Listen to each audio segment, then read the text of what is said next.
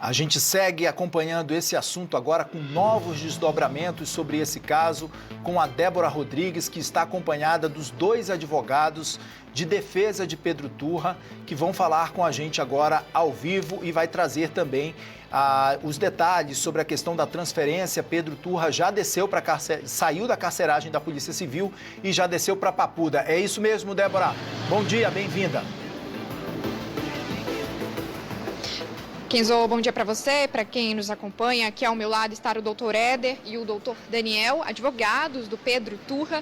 Ele já foi transferido da Polícia Civil para a Papuda, inclusive vai permanecer em uma cela especial. Doutor Éder, em relação a esse caso, o autor, o Pedro, ele está agora, já foi para a Papuda, segue em uma cela especial. Por que o senhor fez essa solicitação de uma cela especial? Nós renovaremos o pedido para que ele permaneça de forma isolada numa cela individual, pois foi vítima de ameaça por parte de agente policial, que foi inclusive com descrição durante a audiência de custódia, e também ameaça de outros presos, de modo que para a preservação da integridade física daquele que está nas mãos do Estado, deve, portanto, assim permanecer. Então agora nós vamos renovar esse pedido. Enquanto esteve na DPE, esteve sim em cela individual. E deixa eu te perguntar, doutor, o que o Pedro fala sobre a noite desse acontecido? A vítima, o adolescente, estava em um aniversário, mas o Pedro não tinha sido convidado para esse aniversário. É importante a gente dizer que nós estamos falando de jovens. Hipoteco minha solidariedade e a gravidade daquele que se envolveu na briga com Pedro, e obviamente todos desejamos que haja uma recuperação e oramos por isso. Mas relativamente ao Pedro, posso afirmar, ele não saiu de casa para brigar, ele não saiu de casa para que algo tão grave acontecesse, ele saiu de casa, como todos os jovens saem aos finais de semana, para se divertir. Lamentavelmente, o que aconteceu foi uma via de fatos, que acontece todos os dias e, em consequência disso, uma fatalidade. Pedro se diz agredido inicialmente e a gente está agora nos debruçando nas imagens, em tudo o que é prova, para que a gente possa certificar das versões. E, doutor, no momento em que essas agressões acontecem, a vítima acabou batendo a cabeça na porta de um carro. Era o carro em que o Pedro estava ou não? Não posso afirmar isso, não tenho essa informação. Agora, evidentemente, que ninguém espera que um objeto, que uma situação, que um carro ou o que quer que seja, esteja ali naquele momento e a dinâmica dos fatos, a briga, o soco, a queda ocorra daquele modo. É uma fatalidade. Doutor Daniel, em relação a esse caso, o autor diz que a vítima, o adolescente, estava com um canivete. O advogado da vítima disse que não. O que o Pedro fala sobre esse momento? É importante que a gente não fique fazendo especulações sobre, como bem trouxe o doutor Edson, sobre a dinâmica dos fatos, até para também não trazer prejuízo ao processo. Quanto à fala do advogado, nós não estamos muito nos atendo, nos preocupando, não. Porque nós estamos percebendo aqui um certo esforço, uma energia entregue exacerbadamente para gerar, então, todo este movimento de uma narrativa de que haveria uma situação de um dolo, haveria uma possível arma branca, haveria uma possível intenção, o que foge muito da realidade, dos fatos e da dinâmica do que aqui, como bem trouxe o Dr. Éder, a questão fatídica do desenrolar de termos um jovem hoje e prestamos a nossa solidariedade a ele e à família com um desejo sincero das melhoras. Mas, contudo, não há como, nesse momento, não deixarmos de nos vestir do papel da advocacia, aquela vocacionada, aquela que é preocupada com o devido processo legal, os direitos e garantias que estão previstos na Constituição. E destas nós não podemos abrir mão, porque se abrirmos mãos desta, nós estamos cedendo um terreno caro e precioso, que é muitas vezes aonde o cidadão, aquele que todos os dias sofre agressões e violências piores que essa, ou daqueles que são injustamente acusados, passando por toda a persecução inquisitorial, depois por uma persecução penal, com a condenação da mídia, para chegar então ao momento, diante de uma autoridade judiciária, percebemos que a colenda dos fatos e das provas tornou aquela pessoa, na verdade, injusta acusada, uma inocente. A defesa, ela se manifesta sobre o que já está colendado. A todas as demais ilações e todas as manifestações, até mesmo das autoridades policiais, que fogem e muito do seu dever institucional, do rigor técnico exigido, para trazer ali julgamentos de preconceitos, pré-análises, muitas vezes não imbúrias até da própria qualificação técnica sobre critérios e qualidades e da vida de Pedro, nós não fazemos comentários porque nós estamos preocupados por sermos, na verdade, vocacionados na defesa do direito do cidadão da sociedade, do devido processo legal, a trazermos aqui apenas a defesa aos autos. Queria muito, primeiro, agradecer a presença dos advogados que estão dando essa entrevista para a gente e trazendo os detalhes. Para você que está aqui nos acompanhando, nós estamos falando com 2 advogados que são responsáveis pelo caso do Pedro Turra. São 2 advogados de defesa de Pedro Turra que estão conversando com a gente agora aqui e trazendo os detalhes desse caso. Doutor Éder e doutor Daniel, obrigado pela presença de vocês. Quero começar fazendo uma pergunta para o doutor Daniel sobre esse caso. O que o senhor está falando aqui, Daniel, doutor, sobre injustas acusações. Por gentileza, na sua avaliação, o que aconteceu nesse caso? Tudo que é injusta acusação é tudo que não é lastreado por prova. Se não tem prova, a acusação perece. A acusação ela sucumbe à verdade dos fatos. Nós vamos nos preocupar com os autos daquilo que for colendado por instrumento probatório. Aquilo que não for, nós estamos aqui refutando e repudiando veementemente essa sede, esta fome midiática que está em torno do caso do Pedro. O que o senhor repudia, doutor? Que tipo de ilação, que tipo de narrativa, que tipo de fato que foi colocado pela mídia, como o senhor disse, e que não aconteceu? Nós estamos falando da mídia como um todo, né? Não em si apenas as emissoras de televisão, ou de rádio e jornal. Nós estamos falando de todo esse sistema de comunicação. Nós tivemos um delegado que fez uma coletiva de imprensa antes mesmo de executar o mandado de prisão. E lá, dentro de todo aquele cenário muito bem construído, na conveniência das câmeras ligadas, somadas à síndrome do protagonismo, foge muito do seu dever institucional, do rigor técnico exigido. Isso é o tipo de injusta acusação e imputação e que traz muito prejuízo à ordem e muito também ao interesse do processo penal. Desculpa, doutor Daniel, mas o delegado responsável pelo caso, ele veio a público, numa entrevista coletiva, falar sobre fatos. Afinal de contas, ao final dessa briga que aconteceu, o jovem de 16 anos estava hospitalizado, como ele segue hospitalizado, em coma no hospital. Esses dados que foram divulgados pelo delegado são dados de esclarecimento público. Ele precisava vir a público trazer esclarecimentos sobre um fato tão grave quanto esse que aconteceu, concorda? Os esclarecimentos é a obrigação da investidura do cargo. Todas as demais manifestações de ordem pessoal, julgamento e até imputações dadas a Pedro sobre critérios psiquiátricos não é dever do delegado. Não tem essa qualificação e também não faz esse acúmulo de função, até porque todos os atores que fazem parte neste momento, nesta fase, devem manter o equilíbrio da sua atuação.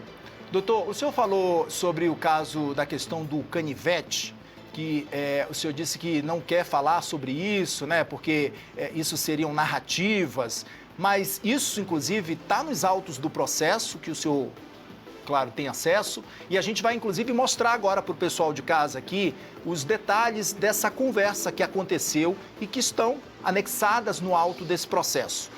Rapidamente, pode dividir a tela aqui com a gente, eu quero colocar na imagem a conversa que aconteceu entre um amigo e Pedro Turra para tentar livrar Pedro Turra dessa situação. Está na tela para vocês a imagem quando o amigo fala para Pedro Turra o seguinte: estou conversando com ele aqui, fica de boa, tu também, não vai dar nada não, só briga, besta mesmo. Tu foi na legítima defesa, ele falou que ia te quebrar e sacou o canivete. pronto, acabou. Essa é a conversa. Queria que o senhor falasse sobre isso, que está nos autos do processo, está aí a imagem, inclusive, na tela, por favor, doutor. Doutor ok. Éder vai falar agora. Agradeço, Kenzo, a sua pergunta. Sim. Alegar e não provar é o mesmo que nada alegar. Essa é a realidade. Nós precisamos trabalhar com provas. Tá aí, Quando doutor. você fala, mas vem desacompanhado da prova, nós não temos como trabalhar, como apresentar. É uma fala. É uma alegação. Cadê o canivete? É isso que nós precisamos. Mas quem falou que estava com Cadê canivete foi um amigo do a realidade? Pedro, doutor. Nós periciamos. Sim, mas qualquer um pode falar. Exatamente. Falaram, até papagaio fala. Agora, daí você trazer isso como argumento de que havia uma combinação para extrair Pedro dessa realidade é demasiado. Não, doutor, eu não estou tirando quando isso Pedro, de nenhum... Rapidamente, com... Débora, por favor, só para eu colocar os argumentos aqui. Doutor, eu não estou tirando isso do contexto, não. Eu estou tirando isso dos fatos. O que eu estou relatando aqui e o que eu estou mostrando de imagem é o que está nos autos do processo e que foi anexado pela polícia, que teve acesso a esse diálogo, a essa conversa do Pedro Turra com um amigo dele. E eu falo isso com base nesse processo. Está aí a imagem na tela da conversa entre Pedro Turra e o amigo dele, minutos após essa confusão acontecer, em que o amigo de Pedro Turra fala para ele que não daria nada. Tá aí, ó, não vai dar nada não, só uma briga besta mesmo. Tu foi na legítima defesa. Ele falou que ia te quebrar e sacou o canivete. Pronto, acabou. É isso, doutor. É isso que eu gostaria, por gentileza, que o senhor comentasse para a gente, se for possível. E eu estou respondendo efetivamente isso. Com todo o respeito, não disse que o senhor não está lastreado nessa imagem, que eu não vejo, mas nessa imagem que o senhor expõe aí na tela. O que eu estou dizendo é que todos os dias manipulações e mensagens de WhatsApp acontecem e uma série de coisas, não foi periciado o material, e como eu posso afirmar que isso é uma realidade, que isso é verdadeiro, e nem própria imprensa, que deve ser imparcial e está nos dando essa possibilidade. Eu posso falar com o senhor novamente quando houver uma perícia técnica testando que essa conversa de fato foi travada. Ok, mas ele está, doutor, esse processo, rapidamente, Débora, ele estava com um canivete. Desculpa, Débora, rapidamente. Rapidamente, já a Débora faz a pergunta dela, doutor. Só para deixar muito claro aqui que nós estamos falando isso com base nessa mensagem que está nos autos do processo. Claro, sim, vai passar sim por essa perícia, okay, como o senhor disse, deve passar pela perícia, né? Está passando já por esse processo, mas são fatos que aconteceram e que foram relatados no processo e não apenas no diálogo, não apenas na conversa, não apenas no que foi falado ali pelos autos, em diálogos abstratos, não, de diálogos concretos, é só isso, só esse ponto para pontuar, tá, doutor? Por favor, Débora. O que temos ali até agora é figura Lana Caprina. Não temos o canivete, temos uma alegação, não temos prova técnica e eu estou falando em cima disso respeitosamente. Em depoimento à Polícia Civil, o Pedro chegou a dizer, doutor, que nas imagens não mostravam, mas o adolescente chegou a puxar um canivete. Em relação a isso, o que o senhor tem para dizer? Eu não participei desse depoimento, eu não estava lá nesse momento e não posso falar sobre isso. Doutor, no momento em que essa briga acontece, em depoimento à Polícia Civil também, o Pedro afirma que estava tentando acabar com a briga, na verdade.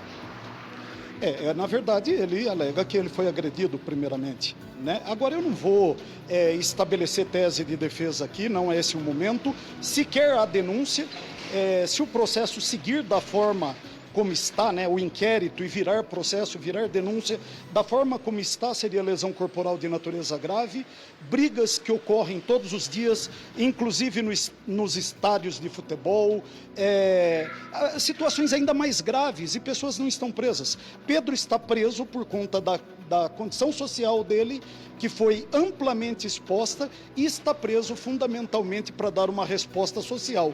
O judiciário devia estar distante desse apelo midiático da internet, repito, desse tribunal acusador da internet. Doutor, rapidamente, eu queria que o senhor falasse para a gente sobre essa situação que o senhor acaba de nos relatar, que o senhor diz que brigas como essas acontecem com frequência e que ninguém está preso e que não há gravidade nesse caso. Na opinião da defesa, é isso mesmo, doutor? É exatamente isso, Kenzo. Exatamente isso. Eu digo ao senhor e digo a todos os nossos, a toda a sua grande audiência, que todos os dias mulheres são estupradas, negros são massacrados, na periferia crianças são violadas. Eu tenho no meu escritório caso com 2 homicídios, 15 passagens policiais e a pessoa está respondendo em liberdade, que existem medidas diversas da medida extrema que conteriam essa suposta tendência à violência do Pedro sem a necessidade da prisão. E isso eu assisto na minha profissão há 27 anos, todos os dias. Doutor, porém, diante de tudo isso, o Pedro ganhou a liberdade após essa ocorrência que aconteceu e que deixou esse jovem de 16 anos gravemente... E deveria ser mantida. Rapidamente. Diante desse caso que o senhor está falando, que para o senhor, na sua avaliação, não há gravidade e que há várias pessoas que seguem soltas diante de situações como essas, rapidamente, o Pedro, quando tudo isso aconteceu, quando tudo isso veio à tona, o Pedro pagou a fiança de R$24 mil e foi liberado. Porém, depois que a população, as pessoas, reconheceram o Pedro Turra nas imagens, novas denúncias chegaram até a polícia e até o Ministério Público sobre esse caso. Denúncias que estão relacionadas a agressões. Foram pelo menos mais 3 episódios de agressões e também mais um episódio de forçar uma adolescente menor de idade a ingerir bebida alcoólica. Diante dessas situações, inclusive com imagens que comprovam toda essa ação, o senhor não vê periculosidade no seu cliente em estar em liberdade? Em absoluto, Kenzo. Se há medidas diversas da extrema, que é a prisão, como tornozeleira, prisão domiciliar, apreensão do passaporte, diversas outras medidas, não vejo. A atitude da primeira juíza da audiência de custódia deveria ser mantida. Esse é o ponto da defesa. Situações ainda mais graves acontecem todos os dias e eu não estou dizendo que o fato não é grave. Isso eu não disse. Tanto que ele está sendo investigado por lesão corporal de natureza grave. Há gravidade. E eu não disse o contrário. O que busca a defesa é tratamento igualitário, imparcial, não prisão por condição social ou pela condenação antecipada de um tribunal da internet, que ao final poderá inclusive resultar numa inocência ou numa condenação que não daria prisão. Então, o que diz a Constituição Federal da República do Brasil? Todos são inocentes até que haja uma sentença irrecorrível. E assim o Pedro deve ser tratado até que haja o deslinde. Nós não temos ainda um laudo da extensão das gravidades. Sabemos que é grave, mas a lei é a lei e deve ser respeitada. Agora, a prisão é demasiada. Sim, afirmo que o Pedro pode responder esse processo em liberdade sem oferecer risco à sociedade. Ok, doutor, claro, o senhor está no seu direito de advogado de defesa, de argumentar. Eu queria acrescentar... Pois não. Me permita, senhor Kenzo, eu queria acrescentar que o Pedro não saiu para brigar. O Pedro saiu para diversão, o outro jovem também. E quando eu digo que brigas dessa natureza acontecem todos os dias, é porque acontecem. E daí... trazer para o Pedro uma carga pretérita de fatos que surgem agora, que não houve contraditório, que não houve ampla defesa, tá? que não houve sequer um processo ou uma denúncia no momento em que supostamente aconteceu, e daí se fundamentar uma medida extrema como a prisão, Sem advogado não se faz justiça. Porque quando aproxima do próprio umbigo, quando é o irmão, quando é o parente próximo, nós desejamos o contrário. Então o que nós queremos é aquilo que está na lei, só isso. E em relação ao material que foi apreendido dentro da casa do Pedro Turra, como o soco inglês, um canivete também? A faca desacompanhada de ação não é uma arma. Se entrarmos na casa de todos hoje, nós vamos encontrar faca. Um soco inglês, vamos ali na Feira dos Importados e eu apresento ao senhor, à sua audiência, dezenas de lojas que vendem. Não é um equipamento proibido, eu posso inclusive colecioná-lo. Ele estava em uso? Não, então não é arma, é um objeto. E no relato, doutor, inclusive, que nós mostramos aqui, que a jovem, a adolescente, inclusive, fala sobre um taser que não foi encontrado pelos agentes da polícia, mas que ele utilizou nessa vítima, descarregando o taser, toda a bateria do taser nessa adolescente. Figura Lana Caprina, desacompanhado do material, da apreensão disso, não há como afirmar isso. Eu não estou desacreditando a palavra da jovem, mas isso precisa ser travado dentro de um processo do inquérito, que haja possibilidade da defesa se manifestar. Eu sequer fui intimado, né? A defesa sequer teve acesso a isso para trabalhar efetivamente. Então não posso dispensar aqui uma avaliação de mérito. São essas as palavras dela, mas nós não podemos assumir como verdadeira até que haja um pronunciamento judicial a respeito. Ok, doutor, obrigado pela participação, pelos esclarecimentos e pelos detalhes também. E a gente, claro, vai continuar acompanhando todos os detalhes desse caso também. O senhor quer fazer alguma fala ainda para finalizar? Não, eu quero agradecer o SBT, agradecer a você, a sua repórter, que ouve com imparcialidade a defesa. Quando fazemos uma crítica a essa expressão midiática, é aqueles que ouvem um lado só, massacram esse jovem, o condenam antecipadamente, colocam ele preso e não dão a ele um tratamento igualitário, segundo a lei. É uma premissa de todos nós, minha também como profissional da comunicação e como jornalista, claro, e também aqui do SBT, de ouvir sempre todos os lados. Obrigado, mais uma vez, pela participação.